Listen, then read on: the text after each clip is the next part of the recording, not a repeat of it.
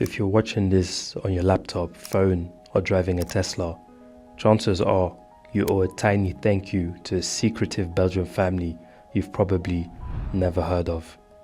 Because in the heart of the Democratic Republic of Congo, deep in Katanga's mineral-rich soil, the Forrest family allegedly controlled the copper and cobalt that power your phone, car, and tomorrow's green energy. While Elon Musk makes headlines for the future, the Forrests make money from the ground beneath Africa's feet, and they've done it for a century, surviving colonialism, coups, corruption scandals, and 2 brutal wars. They don't show up on Forbes covers, and their Wikipedia page is quite short.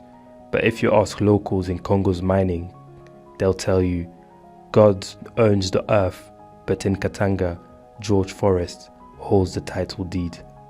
So how did this Belgian clan become kings of copper and cobalt in Africa? And how deep do their secrets go? This is the untold story of the Forrest Empire, Congo's invisible mining dynasty, and how the wealth beneath Africa's soil powers lives far from African shores.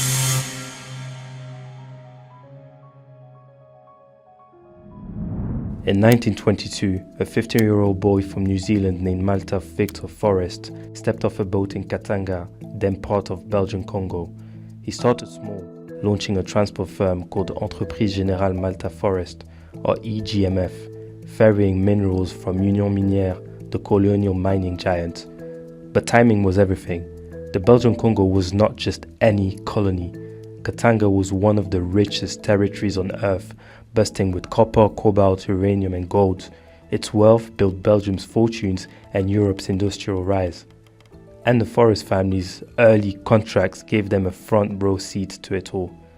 By the 1930s, EGMF was not just moving minerals, it was digging it. And in the 50s, they moved into construction, laying roads, airstrips and even rebuilding colonial cities. By independence in 1960, they had become one of the few foreign companies that stayed. Why? Because the real power wasn't just political, it was in concrete, trucks and drills, and the Forrests had all 3 of them. After Malta died in 1974, his son George took over the empire. Tall, reserved and strategic, George understood that power in Congo wasn't about public image, it was about leverage. By the 1990s, as Congo collapsed into a civil war and hyperinflation, most foreign companies pulled out, but George doubled down. He took majority stakes in copper and cobalt mines, invested in infrastructure, and cut deals directly with Gécamines, the state mining firm of which he became president. He also acquired the country's biggest cement plant and operated hydroelectric dams critical to the mining sector. His group expanded to energy, mining, construction, and logistics, and for many Congolese in Katanga, Forrest isn't just a tycoon, he literally is the economy. The Forrest Group employs over 9,000 people and operates across 10 different sectors. The cement company the group used to own had long held a dominant share of the regional market. While official revenue figures are not always public, industry analysts estimate Forrest Group's annual turnover at over $800 million at its peak operations. So the question becomes, in a country riddled with political and military instability, where many international investors fled, how has George Forrest managed to lead the group to such heights? In Congo, fortunes are almost always tied to politics. Yet, in an interview, George Forrest claimed otherwise, and that the biggest reason they're still operating today is because they don't get mixed up in politics. But how true is that? Forrest has long maintained a close personal and professional relationship with Moise Katumbi, the influential former governor of Katanga. Their alliance has extended into business and cultural ventures. Forrest's son, Hugues, is known to manage TP Mazembe, the football club owned by Katumbi. And beyond the stadium lights, the Forrest Group has won a steady stream of large-scale public contracts in Katanga, ranging from roadwork and cement supply to energy infrastructure and water purification projects. According to civil society watchdogs and leaked audit reports reviewed by the Reuters and RFI, Many of these contracts were awarded during or shortly after Katumbi's tenure as a governor, so the optics of neutrality begin to blur when business and politics march in tandem. Over the years, the Forrest Group has struck dozens of joint ventures with Jacquemin, often acquiring rights to strategic mines for prices critics say were far below market value. In 2002, the United Nations panel of experts on the illegal exploitation of natural resources listed George Forrest among individuals accused of benefiting from Congo's wartime extraction networks. And in 2012, Belgian media and French NGO reports alleged that uranium-tainted ore from Luswishi, part of Forrest's holding, had been exported without proper safety documentation. The Forrest Group denied any wrongdoing, and no criminal charges were brought. These claims remain unproven.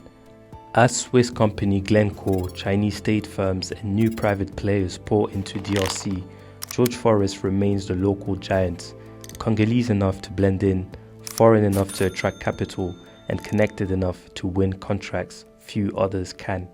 The Forrest Group has undeniably contributed to the Congolese economy. It employs thousands, built roads, produced cement, operated power plants, and managed logistical networks that kept industry flowing. On the surface, this looks like a Congolese success story, right? But here's the catch. The company is registered in Belgium, not the Democratic Republic of Congo. While its operations are deeply embedded in Katanga, the legal and fiscal domicile of the company is European. That means that profits after local operating costs are ultimately repatriated to Belgium, where they are taxed under Belgian law. This has serious consequences. For one, it limits Congolese state's ability to tax companies' global earnings. Unlike a locally headquartered firm, Forrest Group's main tax obligations are fulfilled in Brussels, not Kinshasa. This setup, while perfectly legal, has a familiar ring to it, echoing patterns of Congo's colonial past. Back then, Belgian mining firms also extracted vast wealth, paid modest taxes locally, and shipped profits back to Europe. The infrastructure they built was meant to support extraction, not local empowerment. Today, critics argue not much has changed. But this model is not unique to Forrest Group. Other large players in Congo's mining sector also operate through offshore entities. The Congo becomes a place of extraction and employment, but rarely a place of wealth accumulation. As economist Jean-Jacques Wondo observed in a 2021 policy brief, the country's richest companies contribute only marginally to its state revenues, while the bulk of profits are declared and taxed abroad.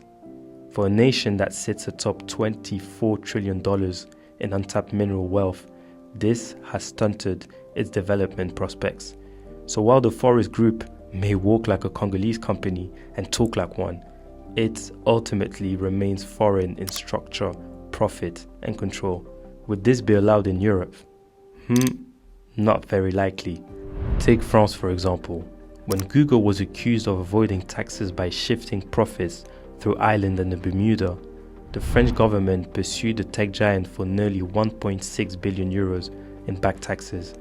Though the case ended in a settlement, it sparked nationwide debate and led to tighter taxation rules. But in Congo, where enforcement mechanisms are weaker, transparency is limited, and where political elites often benefit from maintaining the status quo, the system remains largely unchecked. The uncomfortable truth is that this system doesn't sustain itself alone. It needs collaborators. While Western corporations and foreign investors profit from this structure, African officials often help maintain it. In many cases, those entrusted to defend national interests instead defend private gain, and they even invest their own profits abroad. So while colonization and global capitalism have played a massive role in Africa's underdevelopment, some of today's deepest wounds are inflicted not by foreigners, but by Africans in power.